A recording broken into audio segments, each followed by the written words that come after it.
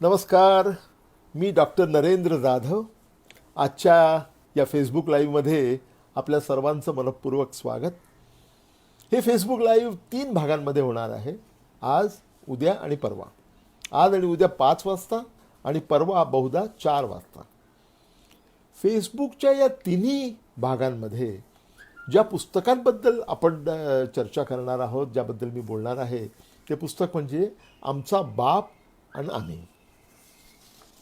आमचा बाप आणि आम्ही हे पुस्तक कुसुमाग्रज, पु ल देशपांडे, विजय तेंडुलकर यांच्यापासून तर रावसाहेब कसबे, यशवंत मनोहर, प्रेमानंद गज्वी इथपर्यंत सगळ्या शब्दप्रभूंच्या कौतुकाला पात्र ठरलेलं असलं तरी मला स्वतःला या पुस्तकाबद्दलची प्रतिक्रिया जी आवडते ती ज्येष्ठ कालकथित अभिनेते निळू फुले यांची.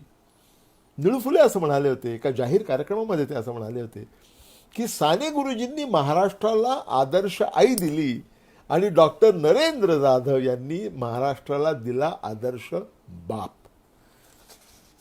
मित्र हो, आमचा बाप आणि आम्ही ग्रंथालयाच्या वतीनं प्रकाशित झालं 27 वर्षांपूर्वी. गेल्या 27 वर्षांमध्ये आमचा बापने विक्रीचे एकूण एक उच्चांक मोडून टाकले.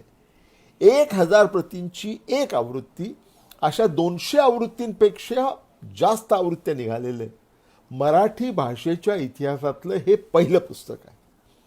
नुकतीच 14 एप्रिल 2020 रोजी या पुस्तकाची ऐतिहासिक किंडल एडिशन ही प्रकाशित झालेली आहे. मराठीतून प्रकाशित होऊन जास्तीत जास्त देशी विदेशी भाषांमध्ये यशस्वीरित्या पोचलेले आणि बेस्ट सेलर झालेले एकमात्र मराठी पुस्तक म्हणजे आमचा बाप आणि आम्ही. मित्र हो, इथे सर्वप्रथम एक गोष्ट नमूद केली पाहिजे, ती अशी की लौकिकार्थानं या कहाणीचे नायक दामोदर रुंजाजी जाधव, ज्यांचा उल्लेख मी सातत्यानं आमचा बाप असा करतो आहे आणि करणार आहे, ते जरी खरे नायक असले तरी लौकिकार्थानं आमचा बाप दामोदर रुंजाजी जाधव हे जरी नायक असले तरी खऱ्या अर्थानं या कहाणीचे नायक आहेत ते डॉक्टर बाबासाहेब आंबेडकर. आमच्या आईवडिलांनी आम्हाला जन्म दिला असेल, परंतु माणूस म्हणून जगण्याचा हक्क आम्हाला मिळवून दिला असेल तो कोणी, तर तो सर्वस्वी डॉक्टर बाबासाहेब आंबेडकर यांनीच. म्हणून या यशोगाथेचे मूक नायक आहेत ते व्यापक अर्थानं आम्हा सर्वांचे बाप असलेले डॉक्टर बाबासाहेब आंबेडकर. आमचा बापच्या अर्पण पत्रिकेमध्ये मी असं म्हटलेलं आहे, आंधळ्या राही आजीच्या दूरदृष्टीस, अशिक्षित दादांच्या बौद्धिक प्रगल्भतेस आणि आई सोनाबाईच्या वाट्याला आलेल्या गरिबीच्या चटक्यांना हे पुस्तक अर्पण केलेलं आहे. आता 27 वर्षांनंतर या अर्पण पत्रिकेमध्ये आणखी एक नावाचा समावेश करावा लागणार आहे. ते नाव म्हणजे जनार्दन जाधव, माझे ज्येष्ठ बंधू JD जाधव, जे मुंबई महानगरपालिकेचे आयुक्त होते आणि जे माझ्या पिढीतल्या आम्हा सर्व कुटुंबियांचे कॅप्टन होते. त्यांचं नाव आता यामध्ये समाविष्ट करावं लागणार आहे. मित्र हो, 27 वर्षांपूर्वी आमचा बाप आणि आम्हीचं मी क्रमशः वाचन केलं होतं त्या आकाशवाणीवर. त्यानंतर आज प्रथमच मी या पुस्तकाचं जाहीर वाचन करणार आहे. निळू फुले, अमरीश पुरी यांच्यापासून आपल्या नाना पाटेकरांपर्यंत ज्या श्रेष्ठ अभिनेत्यांनी जो रोल आपल्याला करता यावा म्हणून माझ्याकडे आग्रह धरला होता, त्या आमच्या बापाबद्दल या पहिल्या भागामध्ये मी वाचन करणार आहे. तर आमचा बाप. तसं पाहिलं तर पित्याचा उल्लेख वडील असा करावा हे शिष्टसंमतच आहे.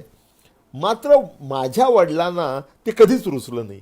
इतर कोणाचाही उल्लेख ते अमक्या तमक्याचे वडील असा, भाषेविषयी त्यांच्या स्वतःच्या अशा ठाम कल्पना होत्या बरं का.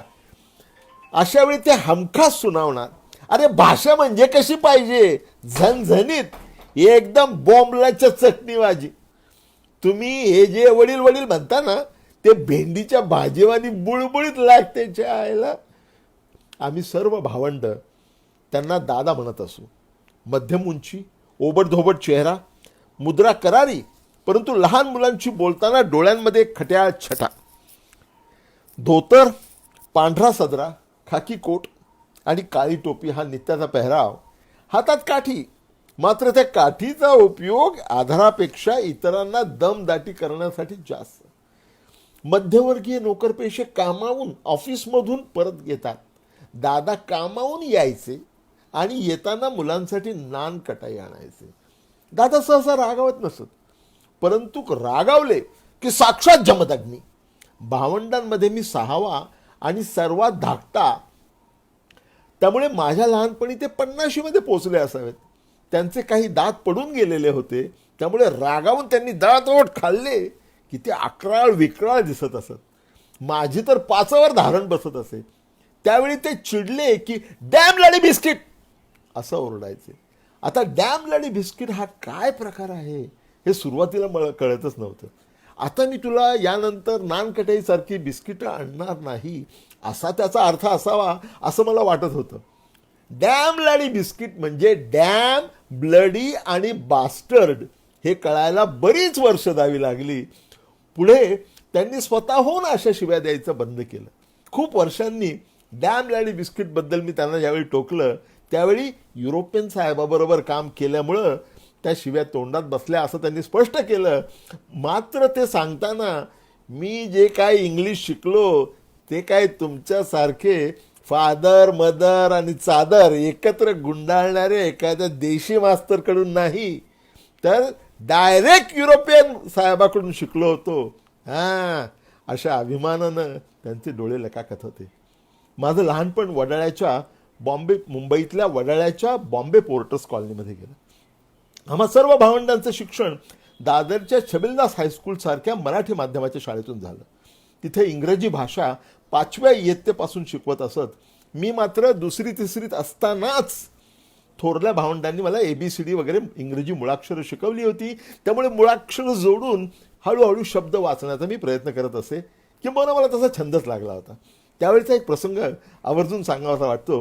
काहीतरी खरेदी करण्याच्या निमित्तानं मी दादांच्या बरोबर वडाळ स्टेशन जवळच्या दुकानांमध्ये गेलो होतो. पलीकडच्या फुटपाथवर पंचशील नावाचं एक दुकान होतं. त्या दुकानाचा मोठा बोर्ड इंग्रजीमध्ये होता, मात्र त्याखाली छोट्या अक्षरांमध्ये तेच नाव मराठीमध्ये लिहिलं होतं. खरं तर पंचशील हा शब्द इंग्रजीमध्ये वाचण्या इतपत माझी प्रगती झालेली नव्हती. मी तो वाचला मराठी नावाचा बोर्ड, मात्र दादांना प्रात्यक्षिक करून दाखवताना पंचशील असं अडखळत वाचून मी त्यांना माझ्या इंग्रजी वाचनानं चकित केलं. दादा एकदम खुश, म्हणाले चाल तुला आल्बेलामध्ये लस्सी पाजतो. मात्र हॉटेलमध्ये बसवल्यानंतर त्यांनी मागवलेली लस्सी माझ्या घशाखाली उतरेना.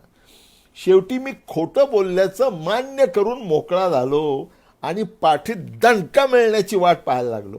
मात्र झालं ते उलटच. दादा खदखदा हसायला लागले. मी पुरता गोंधळून गेलो. थोडी भीड चेपल्यावर मी भीत त्यांना विचारलं, दादा मी खोटं बोललो, तुम्हाला राग नाही आला? ते आणखी हसायला लागले. ते म्हणाले, तुम साला 1 नंबर का बदमाश है. मी आणखी गोंधळून गेलो. तेच पुढे म्हणाले, तू घाबरू नकोस, मी तुला मारणार नाही. तुझ्या खोटं बोलण्यामुळं कोणाचंही नुकसान नाही झालं. त्याच्या उलट तुझी सद्सद बुद्धी जागरूक आहे हे पाहून मला बरं वाटलं. चाल मी तुला अजून एक लस्सी पाजतो. माझ्या कबुली जबाबामागे सद्सद विवेक बुद्धीपेक्षा आपलं बिंग फुटलं तर काय हा भीतीचा भागच सर्वात जास्त होता. त्यामुळे हे सांगण्याचा धीर काही मला झाला नाही. मात्र त्यानंतर अगदी शेवटपर्यंत माझ्या बाबतीमध्ये तुम साला 1 नंबर का बदमाश है हे त्यांचं पालपूत कायम राहिलं. अर्थात त्यात रागापेक्षा कौतुकाचीच भावना जास्त स्पष्टपणे प्रतीत होत होती. लहान मुलांची बोलण्याची, त्यांच्याशी खेळण्याची त्यांची एक विशिष्ट शैली होती. एखादा लहान मुलगा भेटला की ते हमखास विचारणार, काय रे अक्कलबडी का म्हैसबडी. म्हैसबडी म्हणणारे मूल त्यांच्या लेखी नापास, एकदम कंडम. एकदम तो प्रश्न त्यांनी इतरांना विचारताना मी अनेक वेळा ऐकला असल्यामुळे असेल की काय, परंतु ज्यावेळी मला विचारलं त्यावेळी माझं उत्तर तयार होतं, अक्कल असलेली म्हैसबडी. यावर ते गदगदून हसले आणि म्हणाले, काय रे गदड्या, अक्कल असलेली म्हैस कोणी पाहिली का कधी? मी शाळेत असताना पहिला नंबर पटकावू लागलो त्यावेळी आमच्या घरी येणाऱ्या सगळ्यांचा एक प्रश्न ठरलेला असायचा, तू मोठेपणी कोण होणार, असं ते विचारायचे. आता तुम्ही कल्पना करू शकता एका कामगाराच्या घरी कशा प्रकारचे लोक येत असतील. इतर कामगार किंवा गावाकडचे पाहुणे हे सगळे विचारायचे, तू मोठेपणी कोण होणार. या वयातली मुलं त्याला जसं गुळमुळीत उत्तर देत असतात तसं गुळमुळीत उत्तर मी देत असे. एकदा माझ्या मोठ्या भावाने, जो महाराष्ट्र शासनाचा सचिव होता, त्याने विचारलं, काय रे कोण होणार आहे तू मोठा झाल्यानंतर. आपला भाऊ विचारतोय म्हणून मला असं वाटलं की मनातलं खरं सांगायला पाहिजे. मी सांगितलं की मोठा झाल्यानंतर मी लेखक होणार आहे. मी लेखक होणार आहे असं म्हटल्याबरोबर त्याचा चेहरा कडून आला. अरे अरे अरे, याला उपाशी मरायला लागणार असं काहीतरी तो पुटपुटला. ते माझ्या बापानं ऐकलं. माझ्या बापानं मला बोलावलं आणि विचारलं, काय रे काय होणार आहे तू मोठा झाल्यावरती. मी घाबरलो होतो, भावाची प्रतिक्रिया पाहून मी घाबरलो होतो. त्यामुळे वडिलांशी बोलताना मी परत गुळमुळी उत्तर द्यायचा प्रयत्न केला. त्यावेळी माझ्या बापानं मला जे सांगितलं ते तुम्हाला सगळ्यांना सांगण्यासाठीच मी आमचा बाप आणि आम्ही हे पुस्तक लिहिलं आहे.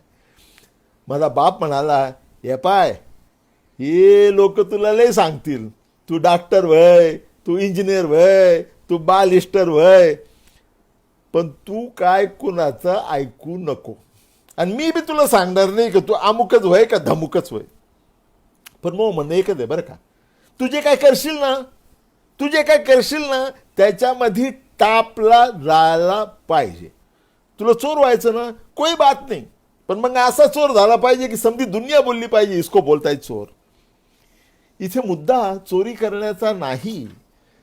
दादांचं हे जे रांगडं तत्वज्ञान होतं ते हळूहळू कळत गेलं, मनात झिरपत गेलं. आता तर ते मनात घरच करून बसलेलं आहे. शेवटी सर्च फॉर एक्सलन्स म्हणजे वेगळं असतं काय, हेच ना. लेखक होऊन म्हटल्यानंतर भिकेचे डोहाळे लागलेत असं म्हणणारा उच्च विद्या विभाषित भाऊ आणि काय वाटेल ते कर पण टापला जायचा प्रयत्न कर असं सांगणारा माझे अशिक्षित बाप यांच्यात खऱ्या अर्थानं व्यापक दृष्टिकोन कोणाचा.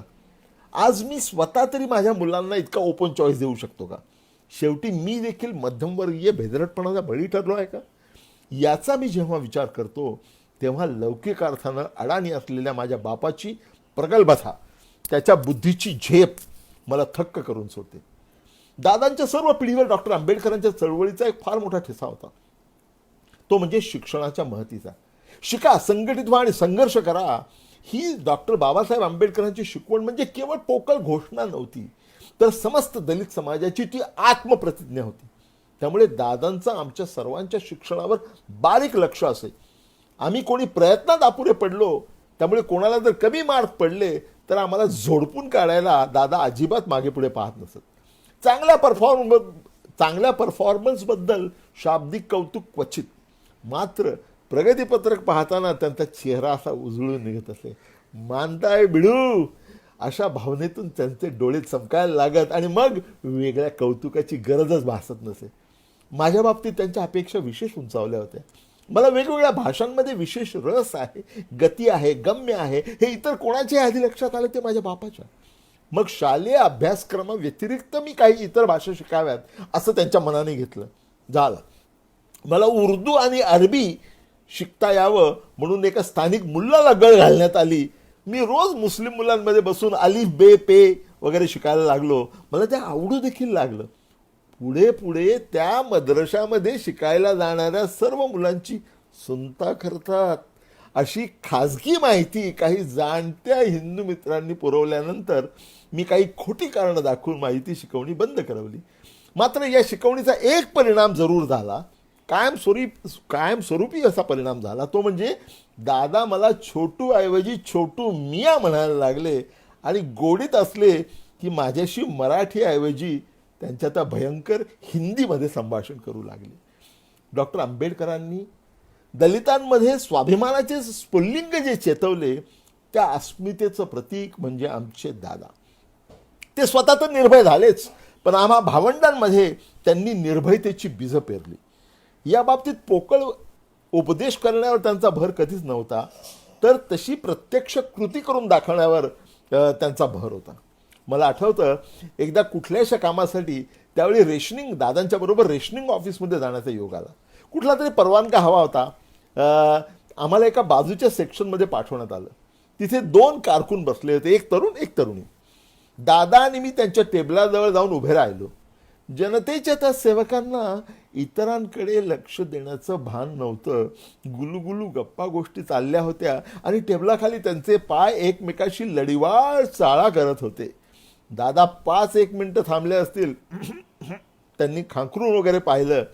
त्यातलं त्याने वर पाहिलं, मात्र या धोतर टोपीवाल्याकडे लक्ष द्यायची त्याला गरज भासली नाही. दादा तिथून तरातरा निघाले आणि जवळ असलेल्या अधिकाऱ्याच्या केबिन समोर उभे राहिले आणि समस्त ऑफिसला ऐकू जाईल अशा स्वरात म्हणाले, काय हो साहेब, तुमच्या या ऑफिसमध्ये नुसती गाढवच भरलेली आहेत का काय? साहेब चपापलाच, ताडकन उठून बाहेर आला.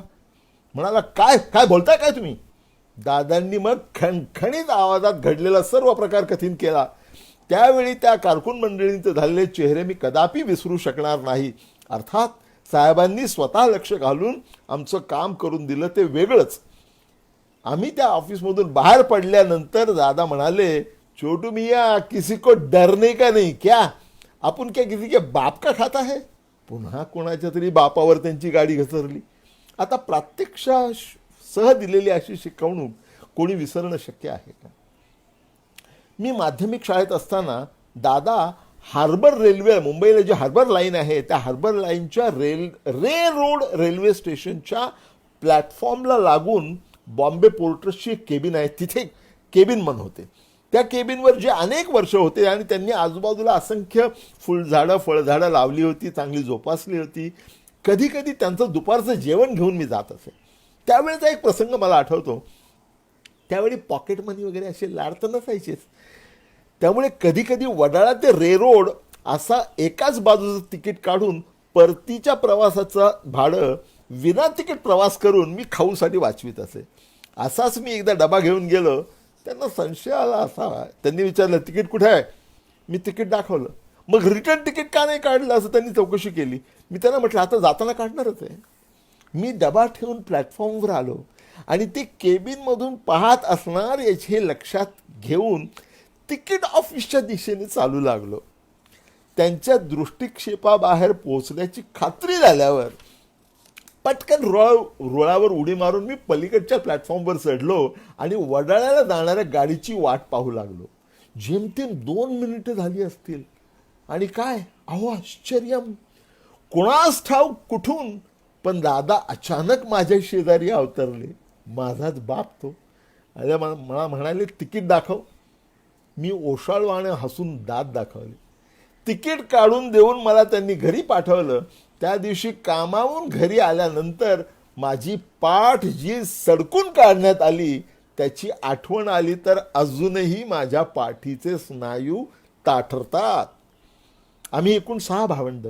आम्हा भावंडांचं बालपण वडाळ्याच्या ज्या वस्तीत, ज्या आर्थिक, सामाजिक, सांस्कृतिक स्तरामध्ये आम्ही वाढलो तिथल्या इतर मुलामुलींप्रमाणेच गेलं. फरक एवढाच होता की आमच्याकडे दादा होते. दादांच्यामुळे आमच्या घरात सदैव अभ्यासाचं वातावरण असे. रेल्वे कॉलनीतल्या आमच्या छोट्या घराच्या ओपन गॅलरीमध्ये टेबल खुर्ची थाटून माझा मोठा भाऊ म्हणजे जेडी रात्री उशिरापर्यंत काम करत असे. त्याच्या टेबल लॅम्पचा उजेड खूप दुरून सुद्धा दिसत असे. हे पाहून दादांबरोबरच्या इतर पालकांनी आपापल्या मुलामुलींसाठी नियम घालून दिला होता की जोपर्यंत जाधवांच्या घरातला दिवा विझत नाही तोपर्यंत तुम्ही पण अभ्यास केला पाहिजे. मी SSC झाल्यावर 1969 साली त्यावेळी मला मिळालेले मार्क पाहून दादा अनंतातिशयानं हरखून गेले. इतर विषयातल्या प्रावीण्यांपेक्षा संस्कृतमध्ये मला मिळालेले गुण आणि त्याबद्दल मिळालेलं पारितोषिक त्यांना फार मोलाचं वाटलं. अरे देवा, हिची भाषा म्हणून या बा म्हणलो काही आपल्याला ही भाषा शिकू दिली नाही, आता पा म्हणावं असं म्हणून माझ्या पाठीत भले शाबासचा दणका. दादांचा आत्मविश्वास प्रचंड दांडगा. मला पुरेशी लांबलचक काठी आणून द्याल तर मी हा पृथ्वीचा गोल उलथून दाखवीन असं म्हणणाऱ्या आर्किमिडीज सारखा. दादा बुद्धिप्रामाण्य होती. दादा प्रयत्नवादी होते. कोणत्याही अंधश्रद्धेला जुमानणारे नव्हते. माझा भाऊ सुधाकर एकदा खूप आजारी पडला. डॉक्टरचे उपचार झाले पण गुण येईना. त्याचा पाय वाळून जाईल की काय अशी चिंता सर्वांना वाटत होती. शेवटी आजी आणि आई या दोघींनी मिळून एखाद्या भगताला दाखवण्याचं ठरवलं. या प्रकाराला दादांची संमती मिळणं शक्यच नव्हतं. हे लक्षात घेऊन दादा घरी नसताना एका देवऋषाला आमच्या घरी पाचारण करण्यात आलं. देवऋषाने पूजेचं सर्व साहित्य मांडलं आणि सुधाकरला घेऊन माझी आई त्याच्या समोर बसली. पूजा संपल्यानंतर त्या भगताच्या अंगात आला आणि तो घुमू लागला. अचानकपणे दादा अनपेक्षितपणे दादा घरी आले आणि आपल्या घरात चाललेला तो प्रकार पाहून ते क्षणभर स्तंभित झाले. पण पुढच्या क्षणी राग अनावर होऊन ते पुढे सरसावले आणि त्यांनी खाडकन त्या भगताच्या थोबाडीत एक सनसनीत ठेवून दिली. भगताच्या अंगात आलेली देवी खाडकन उतरली आणि तो पूजेचं सर्व साहित्य तिथंच टाकून जीवाच्या आकांतानं पळून गेला. माझी आई घाबरून थरथरत उभी राहिली. दादा आता तिला देखील जीवे मारतात की काय अशी आम्हाला भावंडांना भीती वाटली, पण त्यांनी तसं काही केलं नाही. त्यांनी कडक शब्दात आजीची आणि माझ्या आईची कान उघडणी केली आणि मुलांसाठी डॉक्टरचाच इलाज करावा हे बजावले. दादा कट्टर निरीक्षरवादी. ते कधी देवळात गेले नाहीत, त्यांनी कधी पूजा आरती केली नाही. त्यांनी देवासारखं मानलं ते फक्त डॉक्टर बाबासाहेब आंबेडकरांना. बाबासाहेबांवर त्यांची नितांत भक्ती होती, श्रद्धा होती आणि म्हणूनच बाबासाहेबांनी ज्यांना गुरु मानलं त्या महात्मा फुल्यांवरही त्यांची प्रचंड भक्ती होती. महात्मा फुल्यांचा वेश हा त्यांना खऱ्या अर्थानं भारतीय शेतकऱ्याचा प्रातिनिधिक वेश वाटत. महात्मा फुले आणि सावित्री माता फुले यांनी स्त्री शिक्षणासाठी आणि स्त्रियांच्या उद्धारासाठी जे कार्य केलं, सनातन धर्माचा प्रखर विरोध मोडून ज्या प्रतिकूल परिस्थितीमध्ये स्त्री शिक्षणाचा पाया रोवला, त्याचं माझ्या बापाला अपरंपार कौतुक होतं. 1930 साली ते नाशिकच्या काळाराम मंदिराच्या सत्याग्रहात सामील झाले. ते केवळ मंदिर प्रवेशासाठी नव्हे, रामाच्या दर्शनासाठी नव्हे, तर त्या निमित्तानं डॉक्टर बाबासाहेबांचं रोज दर्शन होईल, त्यांच्या जवळपास फिरकता येईल, त्यांचे 2 शब्द कानावर पडतील या भावनेने. त्याशिवाय बाबासाहेबांवर हल्ला होईल अशी काळजी होतीच. साहजिकच आपला प्रतिकारही तेवढा जबर असला पाहिजे, म्हणून तालमीतल्या आपल्या काही सहकाऱ्यांसह ते नाशिकमध्येच राहिले. बाबासाहेबांच्या खालोखाल दादांना आदर होता तो कर्मवीर दादासाहेब गायकवाडांच्याबद्दल. दादासाहेब नाशिकचे म्हणजे आमच्याच जिल्ह्याचे, माणसं जोडण्याची जबरदस्त ताकद असलेले, गोरगरिबी आणि अडाणी बांधवांबरोबर साधेपणाने राहणारे, कोणत्याही खेड्यात कोणाकडेही जेवणाची अपेक्षा न ठेवता आपल्या कोटाच्या खिशात ठेवलेला गूळ आणि शेंगदाणे खाऊन दिवस काढलेले दादासाहेब त्यांना खरोखरच जनसामान्यांचे नेते वाटत. बाबासाहेबांचे नाशिक आणि महाड हे दोन्ही सत्याग्रह यशस्वी झाले ते केवळ दादासाहेब गायकवाडांमुळे, असं दादांचं मत होतं. दादांनी गुरु, बाबा, महंत अशा लोकांना कधीही थारा दिला नाही. ते सर्व गुरूंना, बुवांना ढोंगी बाबा म्हणत असत. संत गाडगे महाराजांवर मात्र त्यांचा प्रचंड विश्वास होता. त्यांनी गाडगे महाराजांना जवळून पाहिलं होतं, त्यांचे विचारही ऐकले होते. देवाला नवस करू नका आणि केले असतील तर फेडू नका, ही गाडगे महाराजांची शिकवण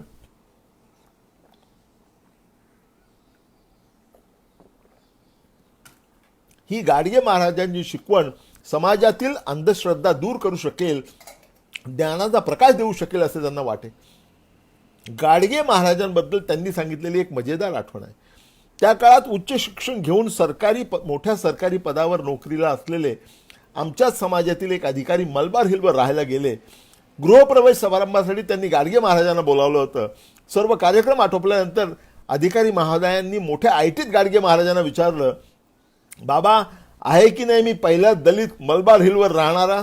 त्यावेळी गाडगे महाराज म्हणाले, ते बरोबर आहे, पण जर तो तुझा बाप, म्हणजे अर्थातच डॉक्टर बाबासाहेब आंबेडकर, जर तुझा बाप परळच्या सिमेंट चाळीत राहिला नसता तर तू या मलबार हिलवर कधी पोचू शकला असतास का? स्वातंत्र्यवीर सावरकरांकडे पाहण्याची दादांची दृष्टी वेगळी होती. सावरकरांचं साहित्य, कविता वगैरे त्यांनी काय वाचलं नव्हतं, परंतु त्यांना एक वीर पुरुष म्हणून मानत असत. सावरकरांनी भर समुद्रात बोटीतून मारलेली उडी आणि पोहून गाठलेला किनारा, ही गोष्ट जणू काही आम्हा भावंडांना माहितीच नाही अशा थाटात ते पुन्हा पुन्हा सांगत असत. त्यांना कुठलीही धाडसी गोष्ट आवडत असे. एक धाडसी नेता म्हणून ते सावरकरांना अवश्य मानत असत. राव बहादूर सी के बोले, सुरबानाना टिप्पणीस, आचार्य दोंदे हे दलित समाजातील नसताना सुद्धा त्यांनी आंबेडकर चळवळीत किती हिरिरीने भाग घेतला होता हे दादा आवर्जून सांगत असत. आणि त्या पार्श्वभूमीवर नंतरच्या रिपब्लिकन पक्षात दलित चळवळीत पडलेली फाटाफूट त्यांना विषण्ण करत असे. दादा पोर्ट्रस्टमध्ये चतुर्थ श्रेणी कर्मचारी होते.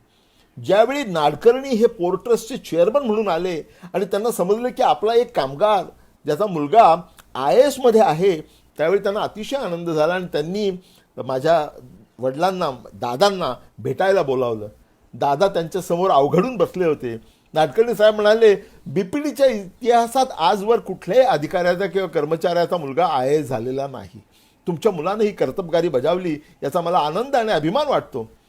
साहेब, तुमच्यासारख्याचे आशीर्वाद आहे, बाबासाहेबांची पुण्यही आहे. तुमच्या मुलाला तुम्हीच घडवलं, शिक्षणासाठी उत्तेजन दिलं, त्याच्या यशात तुमचा मोठा वाटा आहे. BPT मधल्या इतर कामगारांनी अधिकाऱ्यांना हे उदाहरण ठरावं म्हणून तुमच्यासाठी मी काहीतरी करण्याच्या विचारात आहे. दादा म्हणाले, तुम्ही यावेळेला माझ्यासाठी काय करू शकणार? तुम्ही मला वरची जागा तर देऊ शकणार नाही, कारण तेवढं माझं शिक्षण नाही आहे. आणि त्याच्यावर तुम्ही मला जागा दिली तर मी ते काम करू शकणार नाही. जर तुम्हाला नोकरीत 1 वर्षाची मुदत वाढवून मिळाली तर तुम्हाला कसं वाटेल? नाडकर्णी साहेबांनी विचारलं. साहेब, मला आता त्याची गरज नाही. माझी 2 पोरं मार्गाला लागलेली आहेत. उरलेली 2 शिक्षण पुरी करतील. त्याच्यामुळे रिटायर झाल्यानंतर नोकरी करण्याची माझी अजिबात इच्छा नाही. नाडकर्णी साहेब म्हणाले, बघा मी तुमच्यावर सोडतो.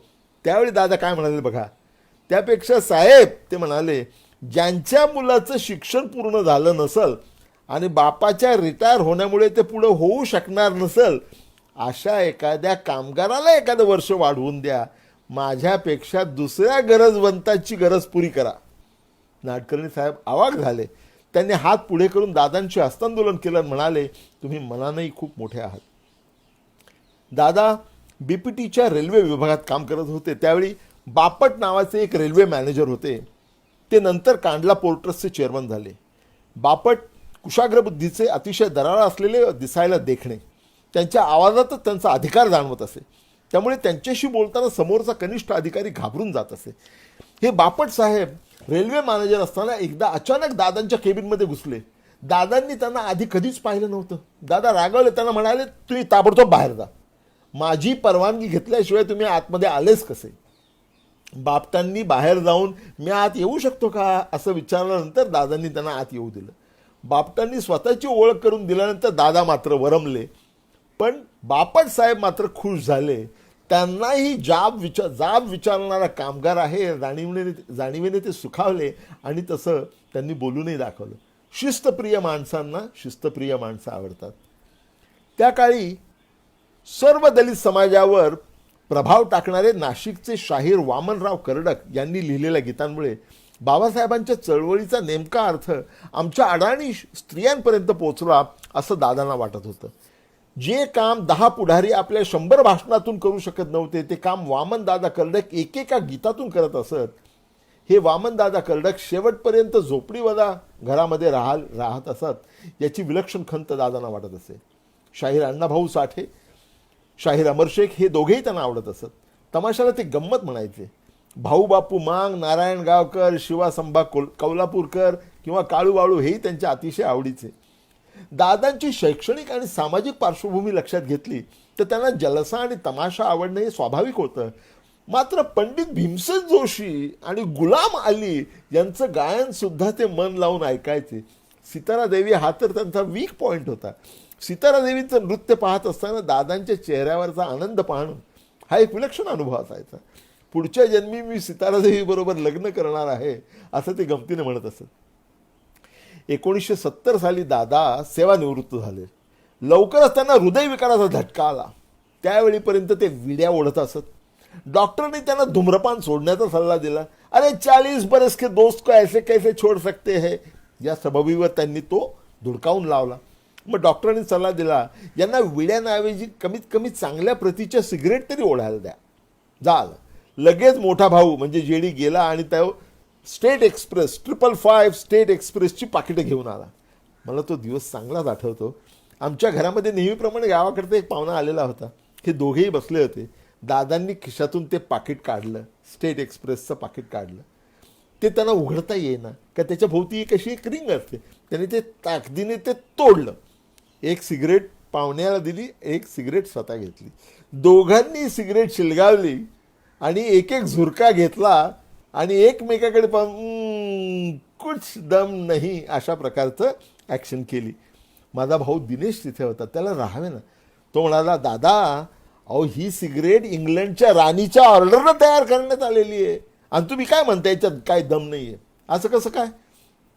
त्याच्यावर दादांनी दिलेलं उत्तर त्यांच्या व्यक्तिमत्वाची पुरेपूर साक्ष पटवणारं होतं. ते म्हणाले, हे पाय बाळा, त्या इंग्लंडच्या राणीचं मला काय सांगू नको बरं का. त्या इंग्लंडच्या राणीने कधी माझी शिवाजी विडी ट्राय केली का. जर का तिनं माझी शिवाजी विडी ट्राय केली तर तुमचं सिगरेट ती फेकून देईल. आता याच्यावर कोण काय बोलणार. त्यांच्या पिढीतल्या इतरांप्रमाणे दादांनाही नवीन फॅशनचा तिटकारा होता. मात्र समवयस्कांपेक्षा त्यांचा दृष्टिकोन पुष्कळच खिलाडूपणाचा होता असं म्हणावं लागेल. तरुण मुली 1970च्या दरम्यान ज्यावेळी पॅन्ट्स घालू लागल्या त्यावेळी जी प्रतिक्रिया व्यक्त करताना त्यांचा एक मित्र म्हणाला तर मला आठवतं, आयला या आवा आता पॅन्टी घाली, त्यात मागून पाहिलं तर समजत बी नाही आऊ आहे का गडी माणूस आहे. दादांनी डोळे मिचकावत त्याची समजूत काढली. समोरून पाहिलं तर कळतं ना बाबा झालं. अर्थात त्यांच्या सोशिकतेचाही कधी कधी अंत पाहिला जात असे. अगदी अलीकडच्या काळात आपल्या नातवाला नवीन आणून मुद्दाम फाडलेले जीन्स घालताना बघून हे गरिबीचं स्वांग आणायची गरज काय असा त्यांना पडलेला प्रश्न अनाठायी होता असं म्हणता येणार नाही. दादांची मतं बरोबर असोत किंवा चूक, पण ती ठाम स्वरूपाची असोत. त्यामुळे कोणाचाही मुलाहिजा न ठेवता परखडपणे विचार मांडण्याची त्यांची प्रवृत्ती होती. त्यामुळे कित्येकदा आम्हा भावंडांची पंचायत होत असे. एकदा कुठल्याशा समारंभामध्ये एका जिल्हाधिकाऱ्याशी भेट झाली. संभाषणामध्ये कसला तरी वाद उद्भवला आणि दादा तावातावाने त्या जिल्हाधिकाऱ्याला आपला मुद्दा पटवून द्यायचा प्रयत्न करू लागले. कलेक्टर साहेब शांतपणे त्यांचं म्हणणं ऐकून घेत होते. मात्र आजूबाजूच्या राजापेक्षा राजनिष्ठ असलेल्या कनिष्ठ कर्मचाऱ्यांना ओबडधोबड दिसणारा हा माणूस कलेक्टर साहेबांशी असा अरेरावीने बोलतो म्हणजे काय असं वाटायला लागलं. त्यांच्यापैकी एकाने दादांना बाजूला घेऊन दमात घ्यायचा प्रयत्न केला. ओ दादा तुम्ही कोणाशी बोलताय. ते कलेक्टर साहेब आहेत, कलेक्टर साहेब. दादांनी त्याच्याकडे पाहिलं, मग कलेक्टर साहेबांकडे नजर टाकली आणि समारंभातल्या सर्वांना ऐकू जाईल अशा खणखणीत आवाजात ते म्हणाले, अरे हा साहेब कलेक्टर असेल पण मी कलेक्टर साहेब बाप आहे. म्हणजे पुन्हा बाप आलाच. गंमत म्हणजे योगायोगानं त्याच वेळी आमचा मोठा भाऊ जेडी हा परभणी जिल्ह्याचा कलेक्टर होता. त्यामुळे दादांचं विधान हे अक्षरशः खरं होतं. त्यामुळे त्यांना अनाहूत सल्ला देणारा निरुत्तर झाला खरा. आम्हाला भावंडांना मात्र कुठे पाहावं ते कळेना. सेवानिवृत्तीनंतर दादा वरचेवर आजारी पडू लागले. अशा वेळी ॲडमिट व्हायचं म्हणजे त्यांची निवड बोरीबंदर स्टेशन जवळच्या सेंट जॉर्जेस इस्पितळाच्या नर्सिंग होमची. तिथं वॉर्ड बॉयपासून डॉक्टरांपर्यंत सर्वांची त्यांची दोस्ती. सर्वांचा दिलखुला स्वभाव तिथे त्यांना मनापासून सर्वांना त्यांचा दिलखुला स्वभाव तिथे आवडत असे. तिथल्या नर्सना तर काळी, नकटी, बुट्टी, जाडी अशी टोपण नावं दादांनी देऊन टाकली होती आणि त्या टोपण नावाने ते त्यांना हाक सुद्धा मारत असत. गंमत म्हणजे त्याचा कोणालाही राग येत नसे. एकदा जिला ते काळी म्हणून संबोधित असत त्या नर्सने त्यांना आठवण करून दिली, बाबा तुम्ही पण काळे आहात. बाबा म्हणाले म्हणजे दादा म्हणाले, हा ते बरोबर आहे पण तुझ्या सरकार धवट काळा नाही आहे. आपला काळा रंग म्हणजे कसा आहे, एकदम पक्का रंग जाएगा तो पैसा वापस क्या. ती बिचारी निरुत्तर झाली. त्यांचं 1972 सालच्या सुमारास मोठं ऑपरेशन झालं. एक किडनी काढून टाकण्यात आली. त्यावेळी सेंट जॉर्जेसमध्ये रात्री त्यांच्या सोबतीला मी जात असे. एकदा संध्याकाळी मी जाऊन पोहोचलो आणि मला आश्चर्याचा धक्काच बसला. 5-6 नर्स त्यांच्या भोवती कोंडाळ करून बसल्या होत्या आणि त्यातली एक मल्याळी नर्स त्यांना काय ग सखू काय ग सखू हे गाणं साभिनय गाऊन दाखवत होती. आमच्या दादांचा चार्मच असा वेगळा होता. माझ्या लग्नापूर्वी वरचेवर माझ्या लग्नासंबंधी घरामध्ये चर्चा होत असे. माझ्या स्वतंत्र बाण्याची कल्पना असल्यामुळे की काय, परंतु माझी निवड मी स्वतः करणार हे सर्वांनीच गृहीत धरलं होतं. कोणीतरी नातेवाईकांनी सुचवलं होतं, भाऊ आपल्या जातीची एखादी गरीब मुलगी पाहून लग्न कर, म्हणजे एका कुटुंबाचं कल्याण होईल.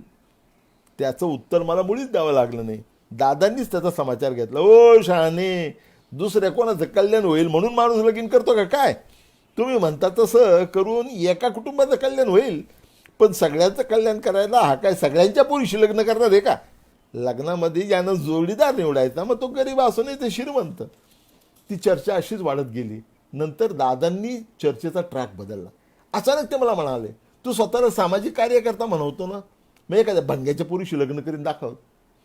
मी विचारलं, दादा लगीन करताना जोडीदार निवडायचा का तिचे जात? दादा पटकन मानावर आले, म्हणाले, हे म्हणणं बरोबर आहे, समजून उमजून जोडीदार निवडायला पाहिजे. जोडीदार बरोबर नसेल तर संसाराचा गाडा काही नीट चालत नाही. माझं एकच सांगणं आहे, तुझ्या पोरीला जोडीदार म्हणून निवडशील ना, तिची जात काही असली तरी तू मागं पुढं पाहू नको. खरोखरच मी मागे पुढे पाहिलं नाही. जीवनसाथी म्हणून मी निवडलेली वसुंधरा दादांच्या हिशोबात वरच्या जातीची होती. मग मात्र दादा थोडेसे अस्वस्थ झाले. ते मला म्हणाले, अरे हे लोक आपल्या पोराशी लग्न करतात कारण त्याला हुंडा वाचवायचा असतो. मी सांगितलं, या लोकांच्या बाबतीत असं आहे असं मला वाटत नाही, पण समजा तसं असलं तरी तिच्यात आपला काय तोटा आहे? आपण हुंडा घेणार होतो का? नाही ना, मग आपलं नुकसान काय? दादांना ते तात्काळ पटलं.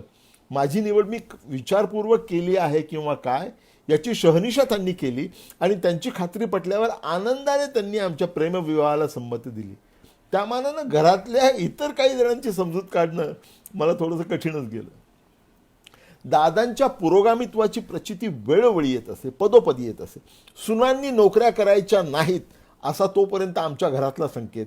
त्याला कोणाचा एक कट्टर विरोध नसला तरी आपल्या पत्नीने नोकरी करावी असा कोणत्याही भावाचा आग्रह देखील नव्हता. त्या उलट स्त्रियांनी आपलं स्वतंत्र व्यक्तित्व जोपासलं पाहिजे, वाटल्यास नोकरी केली पाहिजे असं दादांचं मत होतं. त्यातून माझी पत्नी वसुंधरा डॉक्टर बाबासाहेब आंबेडकरांनी स्थापन केलेल्या सिद्धार्थ कॉलेजमध्ये प्राध्यापकी करणार म्हटल्यावर तिच्यापेक्षा त्यांच्याच उत्साहाला आवर घालणं कठीण गेलं. सेवानिवृत्ती झाल्यानंतर घरी असताना वेळ कसा घालवायचा हा त्यांच्यापुढे मोठाच प्रश्न होता. वाचन, चिंतन, मनन करणे ते शक्य नव्हतं. शिवाय तांत्रिक कामं करण्यात आयुष्य गेल्यामुळे रिपेअरिंग करण्यावर त्यांचा भर असे. अगदी व्यवस्थित चालणारी यंत्रसुद्धा त्यांच्या रिपेअरिंगच्या कचाट्यातून सुटत नसत. एकदा भल्या सकाळी मला ते म्हणाले, छोटू मियाँ ये अलार्म घड़ी है ना, छोटू मियाँ ये जो अलार्म घड़ी है ना ये बहुत टिक टिक आवाज करती है. दादांचा रोख लक्षात आला. मी म्हटलं, दादा ते घड्याळ व्यवस्थित चाललेलं आहे, त्याचा आवाजसुद्धा पूर्वी येत होता तेवढाच येतोय, तरी तुम्हाला ते रिपेअर करायचंच असेल तर जरूर करा. माझं तिरकस बोलणं सिरियसली घेण्याच्या मनस्थितीमध्ये ते नव्हते. त्यांचा निश्चय झाला होता. त्यांनी ते घड्याळ उघडून सुट्टं केलं आणि घासून पुसून त्याची पुन्हा जुळणी केली. कधी काळी ते घड्याळ जे होते खरं आहे, पण तोपर्यंत सराव गेलेला, त्यातून नजर थकलेली, त्यामुळे व्हायचं तेच झालं. एरवी व्यवस्थित चाललेलं घड्याळ बंद पडलं. अगदी न राहावल्यामुळे मी त्यांना म्हणालो, बाकी काही म्हणा दादा, त्या घड्याळाचा आवाज तुम्ही सांगितल्याप्रमाणे एकदम बंदच करून टाकला. त्यांना वाईट वाटलं. आता पूर्वीच्या टायमाप्रमाणे घड्याळं बनवीत नाहीत असं काहीसं ते पुटपुटले. मग मलाच वाईट वाटलं. त्यानंतर आम्ही सर्वांनीच त्यांच्या रिपेअरिंगच्या वेळाबद्दल खिलाडूपणाचा दृष्टिकोन स्वीकारला. उतार वयात ते क्वचित रागवायचे, पण रागावले तर पूर्वीसारखा त्यांचा जमदग्नी होत नसे. अगदी लहान मुलासारखे गाल फुगवून फुरंगटून बसायचे. चूक कोणाची असली तरी त्यांची मनधरणी करण्याचं काम माझ्याकडे असायचं. शेंडेफळ म्हणून असेल किंवा आम्हा दोघांमध्ये जी एक वेगळी केमिस्ट्री होती त्यामुळे असेल, पण त्यांची समजूत काढण्याचं काम माझ्याकडे येत असे खरं. अशा परिस्थितीत माझा रामबाण उपाय म्हणजे जाऊन त्यांचे पाय पकडून माफी मागणे. त्यातलं नाटक त्यांना कळत असे. मग थोड्याच वेळात आपलं बोळकं सावरत गुदगुदू हसायला लागायचे आणि म्हणायचे, तुम साला एक नंबर का बदमाश है. असं त्यांनी म्हटलं की समजायचं दादांचा राग गेला. दादांच्या उतारवयात आम्हा दोघांमध्ये जी एक वेगळी केमिस्ट्री तयार झाली होती, त्यामुळे बापलेकाच्या नात्यावर स्वाभाविकपणे पडणाऱ्या बंधनाचा मला कधी कधी विसर पडत असे. परिणामतः त्यांच्याशी बोलताना कधी कधी अभावितपणे मी नको तेवढ्या मोकळेपणाने वागत असे. एकदा बोलता बोलता मी अचानक म्हणालो, दादा तुम्ही ते फॅमिली प्लॅनिंग नाही केलं ते बरं झालं. चुकून मी त्यांच्या खाजगी जीवनावर घसरलो होतो ते त्यांना फारसं रुचलं नसावं. त्यांची मुद्रा गंभीर, जरा कडवटपणे मला म्हणाले, का रे बाबा? मी म्हटलं, अहो दादा, तुम्ही 2 या 3 वर थांबला असता तर मी झालोच नसतो. त्यांच्या चेहऱ्यावरचं गांभीर्य क्षणात विरघळून गेलं. आपलं बोळकं दाखवत ते दिलखुलास हसले. वर तुम साला 1 नंबर का बदमाश है म्हणून त्यांनी टाळी दिली. दादांची बुद्धी सर्वस्पर्शी, सर्वव्यापी. मग दादाबाईंचे मतभेद झाले नसते तरच नवल. त्यांची भांडणं म्हणजे आम्हा सर्वांच्या करमणुकीचा विषय. किंबहुना त्यांचे मतभेद होत नसले तर कित्येकदा मी ते घडवून आणत असे. अगदी सोपं काम. आईला चिठ्ठावणी द्यायची असेल तर म्हणायचे, तू एवढी गोरी गोमटी, मग या अशा काळ्या माणसाची कायला लगीन केलं? बास, झालीच सुरुवात. त्या उलट दादांना सल्ला द्यायचा, या बुड्ढी बहुत खिटपिट करती है, इसको छोड़ के आप दूसरी शादी क्यों नहीं करते? त्यानंतर पुढचे 2 तास भरगच्च करमणुकींची निश्चिती. अर्थात ही भांडणं लुटुपुटीची आहेत. त्याच्या मागे एकमेकांबद्दल अपार प्रेम दाटलेलं आहे याची आम्हाला पुरेपूर जाणीव असायची. आई नाशिकला वरचेवर जात असे. परतताना तिची गाडी 4 वाजता मुंबईला पोहोचणार असेल तर 12 वाजताच कोटटोपी घालून दादर स्टेशनवर जायला दादा तयार. मात्र एकमेकांची भेट झाल्यावर प्लॅटफॉर्मवरच कुठल्या तरी निमित्तानं भांडणाला सुरुवात होणार हेही ओघानं आलंच. बहुतेक सेल्फ मेड व्यक्तींची मतं असूनही एवढी ठाम स्वरूपाची असतात. त्यांना वेगळं काही पटवून देणं सर्वथा अशक्य असतं. एरवी अतिशय तर्कसंगत विचार करणाऱ्या दादांना 2 गोष्टी मी कधी पटवून देऊ शकलो नाही. एक खाण्याबद्दल आणि दुसरं चष्म्याबद्दल. उतार वयात प्रत्येकाची पचनशक्ती कमी झालेली असते, त्यामुळे आहार हळूहळू कमी करत जाणं आवश्यक असतं. हा माझा युक्तिवाद कधीही त्यांच्या पचनी पडला नाही. कमी खाल्लं तर मला ताकद कशी येणार, आणि ताकद आली नाही तर मी बरा कसा होणार, हा त्यांचा मुद्दा ते शेवटपर्यंत मांडत राहिले. तीच गोष्ट चष्म्याच्या निवडीची. कोणताही नवीन चष्मा आणल्यानंतर 2-3 दिवसात हा चष्मा बराबर नाही असा शोध त्यांना लागत असे. मग त्या डॉक्टरचा उद्धार. मी त्यांना समजावण्याचा प्रयत्न करायचा, अहो दादा, चष्म्याचा नंबर ठरवताना डॉक्टर तुम्हाला वेगवेगळे चष्मे लावायला लावतो. त्यावेळी तुम्ही जे सांगाल त्यावरून तो तुमचा नंबर ठरवतो. मग जर तुमचा नंबर चुकला तर त्या डॉक्टरचा काय दोष? छ्या, अरे तो डॉक्टरच चक्रम होता. अशी त्या डॉक्टरची आणि त्याने दिलेल्या चष्म्याची वासलाच लागत असे.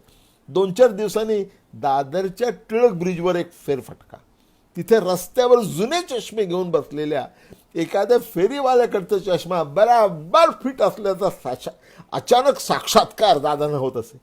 मग डॉक्टरने व्यवस्थित तपासणी करून दिलेला नवा चष्मा टाकून देऊन रस्त्यावर घेतलेला जुना चष्मा वापरला जात असे.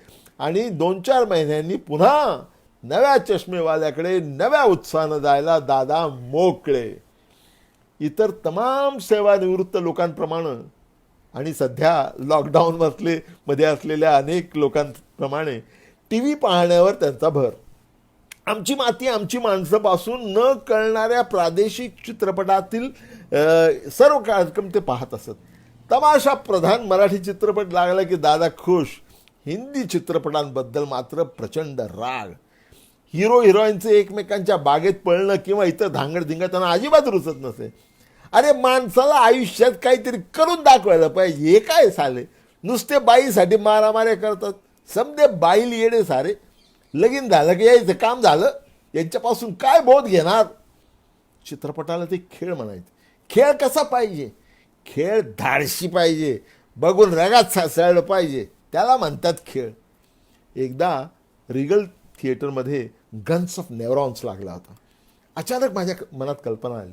म्हटलं दादांना धाडसी खेळ हवा आहे ना, चला त्यांना आपण तो चित्रपट दाखवूया. त्याची कथा मी त्यांना थोडक्यात समजावून सांगितली आणि आम्ही दोघेच तो चित्रपट बघायला गेलो. प्रौढत्वीनी जे शैशवास जपणे वगैरे आपण म्हणतो, परंतु गन्स ऑफ नेव्हरॉन्स म्हणताना दादांमधल्या शैशवाचं जे दर्शन झालं ते स्थिमित करणारं होतं. गन्स नष्ट करण्यासाठी डोंगरावर चढणाऱ्या ग्रेगरी पेकचा पाय थोडा जरी घसरला तरी अरे अरे संभाळ बाबा संभाळ असे उद्गार. अँथनी क्वीन स्टेनगन घेऊन डावीकडच्या जर्मन अधिकाऱ्यावर नजर ठेवून दबा धरून बसलेला आणि उजवीकडून एक जर्मन सैनिक दबत्या पावलांनी त्याच्यावर चाल करून येतोय आणि दादा इकडे ओरडतायत, अरे इकडे बघ तिच्या आईला. दादा चित्रपट पाहण्यास सर्वस्वी रंगून गेले होते आणि मी त्यांचं निरीक्षण करण्यामध्ये रंगून गेलो होतो. गन्स ऑफ नेवरॉन हा चित्रपट लक्षावधी प्रेक्षकांनी पाहून एन्जॉय केला असेल, मात्र तो न पाहता देखील इतका अवर्णनीय आनंद मिळवणारा माझ्यासारखा प्रेक्षक विरळाच म्हणावा लागेल. भारत सरकारची नॅशनल स्कॉलरशिप मिळवून अर्थशास्त्रामध्ये PhD करण्यासाठी 1981 साली मी अमेरिकेला निघालो. त्यावेळी दादांची प्रकृती ढासळलेली होती, दृष्टी धुसर झाली होती, मात्र अनेक पिढ्यांचा भूतकाळ त्यांच्या नजरेपुढून स्वच्छपणे तरळून जात असावा. त्यांना अवर्णनीय आनंद झाला होता. ते एवढेच म्हणाले, गावाची येस सांभाळण्यामध्ये आपल्या बाप जादेचं आयुष्य गेलं. आता मोहा पोरगा सगळ्या देशाची येस ओलांडून शिक्षणासाठी अमेरिकेला जातं. आता मला सगळं मिळालं, आता मी मरायला मोकळा झालो. खरं तर आपण 3-4 वर्षांनी परत येऊ त्यावेळी दादा हयात असतील किंवा काय, या कल्पनेनं माझं मन आधीच सैरभैर झालं होतं. त्यातून ते असं बोलायला लागल्यामुळे मी आणखीच चिंतित झालो. केवळ काहीतरी बोलायचं म्हणून मी म्हणालो, अरे ऐसा कैसा चलेगा दादा, अभी तो आपको दूसरा शादी करना है ना. त्या विनोदामागची अगतिकतेची भावना दादांना स्पष्टपणे जाणवली असावी. ते म्हणाले, अरे हम तो भूल ही गया था, अगर तुम्हाला ऐसा विचार आहे तो फिर हम नहीं मरेंगे. त्यांची इच्छाशक्ती दुर्दम्य. मधल्या काळात त्यांना हृदयविकाराचे अनेक झटके येऊन गेले तरी ते खचले नाहीत.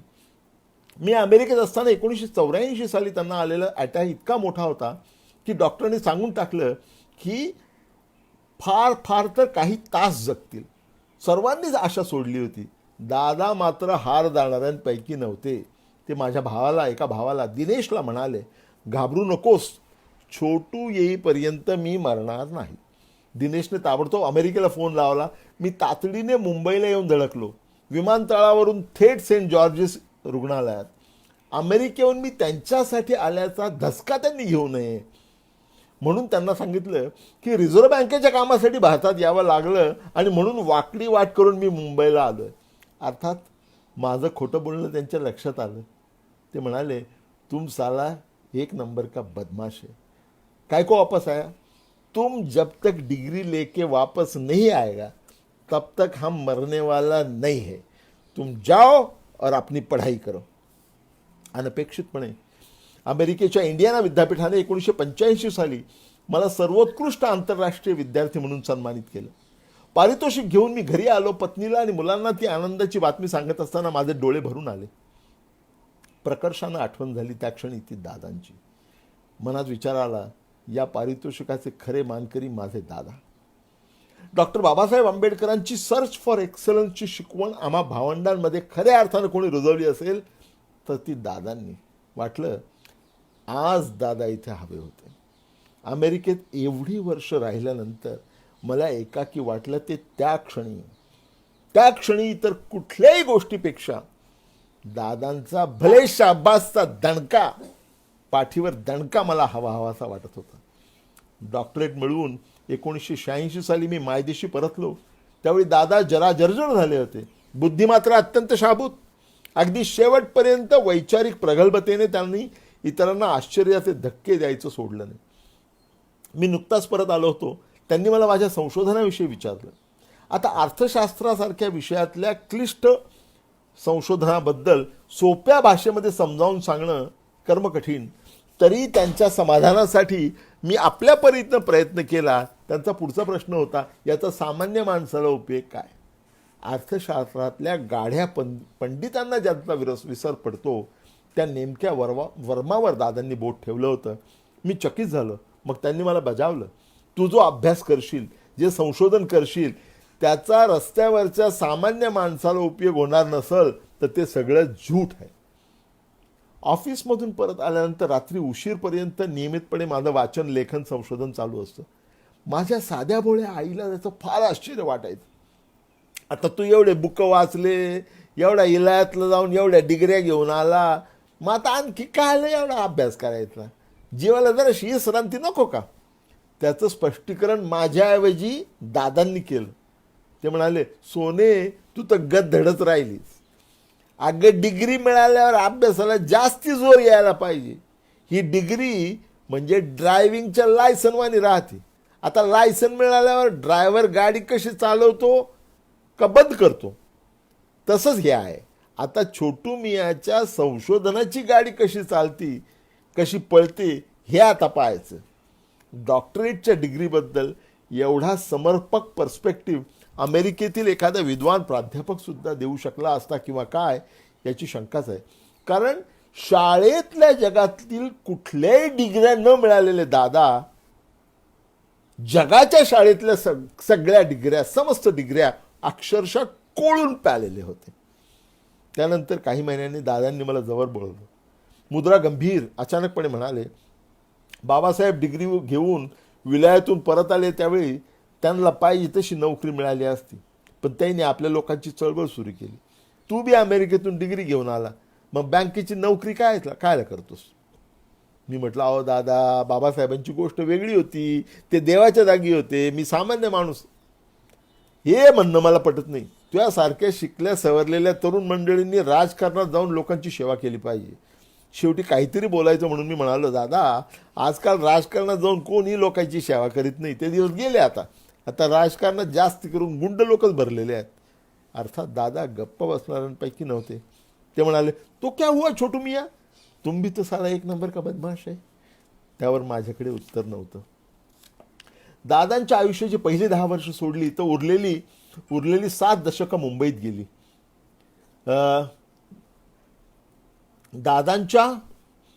दादांमधला शेतकरी शेवटपर्यंत जागा होता. शेवटची 1-2 वर्ष त्यांची दृष्टी फार अधू झाली होती. तरी हवेत गारवा आला तरी ते खिडकीजवळ जाऊन उभे राहायचे. धुसर डोळ्यांनी आकाशाकडे पाहायचे आणि विचारायचे, पाणी आला का रे. हे शेतकरी आपले लय डोळे लावून बसले असतील. त्यावेळी माझा मोठा भाऊ कृषी विभागाशी संबंधित विभागाचा सचिव होता, हे त्यांना ठाऊक होतं. मग ते मला सांगायचे, भाऊला सांग गरीब शेतकऱ्याकडे लक्ष दे, त्याचे लय हाल असतात. दादांना हृदयविकाराचे अनेक झटके येऊन सुद्धा त्यांनी हृदयविकाराला दाद दिली नाही. शेवटी त्यांना कॅन्सरने गाठलं, प्रकृती पार खालवली. त्यावेळी रिझर्व्ह बँकेच्या वतीने इथिओपियन सरकारचा सल्लागार म्हणून माझी प्रतिनियुक्ती झाली होती. ते फारच सिरियस झाले. त्यावेळी मी सुट्टी घेऊन आदिसाबाबाहून तातडीने मुंबईला परतलो. ते मृत्यूशी झुंज देत होते, तरी त्यांचा मिश्किल स्वभाव जागा होता. ते म्हणाले, तुम साला अमेरिका जाके गोरा नहीं हुआ और अभी अफ्रीका में जाके काला नहीं हुआ. त्याही परिस्थितीत मला हसू आलं. मी म्हटलं, क्या करेगा दादा, तुम्हारे जैसा हमारा रंग भी पक्का है ना, रंग जाएगा तो पैसा वापस क्या. आपल्या कष्टमय जीवनातली प्रत्येक बिकट अनुभवातून दादा शिकत गेले आणि त्यातून त्यांचा जीवनविषयक दृष्टिकोन अधिकाधिक विशाल होत गेला. डॉक्टर आंबेडकरांचे सच्चे अनुयायी होते ते. शिका, संघटित करा आणि संघर्ष करा, हा बाबासाहेबांचा संदेश त्यांनी आपल्या जीवनात तंतोतंत उतरवण्याचा प्रयत्न केला. दादांनी 14 जानेवारी 1989 रोजी प्राण सोडला, आपल्या आवडत्या सेंट जॉर्जेस रुग्णालयात.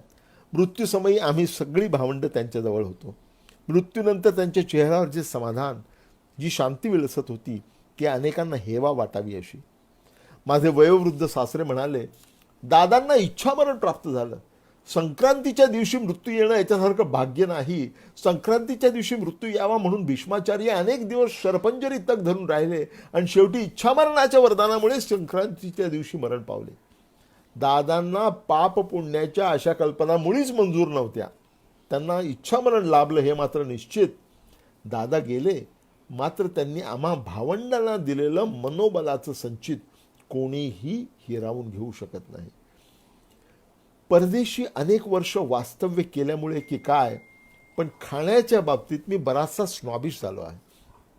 रस्त्यावर मी भेळपुरी किंवा वडापाव खाण्याचं धाडस कधीच करू शकत नाही. मात्र कधी कधी रेल्वेने जाताना स्टेशनवरच्या हॉटेलात कळकटलेल्या बरणीत ठेवलेल्या नानकटाई दिसल्या की सगळे एक जात, सगळे बेगडी संस्कार गळून पडतात. नानकटाई मला अजूनही खूप खूप हवीशी वाटते, कारण माझ्या रांगड्या बापाच्या प्रेमाची अवीट गोडी त्यामध्ये एकवटलेली असते. दादा ही केवळ एक व्यक्ती नव्हती, तर प्रयत्नवादी प्रवृत्ती होती. दादांच्या समाजाच्या प्रत्येक स्तरामध्ये, समाजाच्या प्रत्येक कुटुंबामध्ये दादा असतात. कोणत्याच कुटुंबातले दादा कधीच अस्तंगत होत नसतात. दादा हे चिरंजीव असतात. दादा हे चिरंजीव असतात. धन्यवाद. मित्रहो, खूप प्रश्न विचारण्यात आलेले आहेत. म्हणजे खूप अतिशय अप्रतिम असा प्रतिसाद आपण सर्वांनी दिलेला आहे. त्यामध्ये प्रश्न आहेत किंवा काय मला माहिती नाही, परंतु खूप ठिकाणी नमस्कार मला करण्यात आलेला आहे, आम्ही पाहतो आहोत म्हणून सांगण्यात आलेलं आहे. प्रश्न मला त्यामध्ये दिसत नाही आहेत. इन एनी केस या प्रश्नांची उत्तरं मी पुढच्या वेळी कित्येकांनी लिहिलेलं आहे. पंकज कांबळेंनी लिहिलेलं आहे की हे पुस्तक मी 3पेक्षा जास्त वेळा वाचलेलं आहे. काहींनी म्हटलेलं आहे की this is a masterpiece of social change brought about by doctor Ambedkar. Abhijit भाटलेकरांनी म्हटलेलं की इतकं अस्खलित मराठी अलीकडे ऐकायला मिळत नाही. ते माझ्या मराठीबद्दल बोलतात, पण तुम्ही एक लक्षात घ्या की माझ्या अशिक्षित, कधीही शाळेत न गेलेल्या अशिक्षित बापाच्या मराठी भाषेवरती आपल्या मराठी भाषेमध्ये अनेक PhD करण्यात आलेल्या आहेत, अनेक MPhil डिग्री मिळवण्यात आलेल्या आहेत. याच्यापेक्षा समाधानाची बाब कोणती असू शकते? सर, आनंद झाला तुम्हाला पाहून. मला पण खूप आनंद वाटला आणि खूप चांगला प्रतिसाद आपण सर्वांनी दिलेला आहे. मला मुद्दाम सांगायचं वाटतं की या पुस्तकाची 201वी आवृत्ती आता बाहेर येणारच आहे. हार्ड कॉपी जी आहे, ऐतिहासिक 201वी आवृत्ती यानंतर बाहेर येणारच आहे. मात्र याची किंडल आवृत्ती आता उपलब्ध झालेली आहे आणि केवळ 100 रुपयामध्ये ती उपलब्ध आहे. तर विशेषतः टेक सॅव्ही असलेल्या लोकांनी किंडलची आवृत्ती आवर्जून घ्यावी असा माझा प्रेमाचा तुम्हाला आग्रह आहे. उद्या पण आपण ही चर्चा चालू ठेवणार आहोत. उद्या संध्याकाळी 5 वाजता ही चर्चा असेल, अभिवाचन असेल. उद्या मी माझ्या आजीबद्दल वाचणार आहे आणि माझ्या आईबद्दल वाचणार आहे. हे या दोघींबद्दलही धडे महाराष्ट्रामध्ये शालेय अभ्यासक्रमामध्ये होते. या दोघींच्याबद्दल मी उद्या वाचणार आहे आणि परवा आपण पुन्हा भेटणार आहोत. मात्र परवा आपण 5 ऐवजी 4 वाजता भेटणार आहोत. याची कृपा करून नोंद घ्यावी. तर मित्रहो, आपण भेटूया उद्या दुपारी 5 वाजता आमचा बाप आणि आम्ही याच्या भाग 2 बद्दल बोलण्यासाठी, त्यावरती चर्चा करण्यासाठी. धन्यवाद.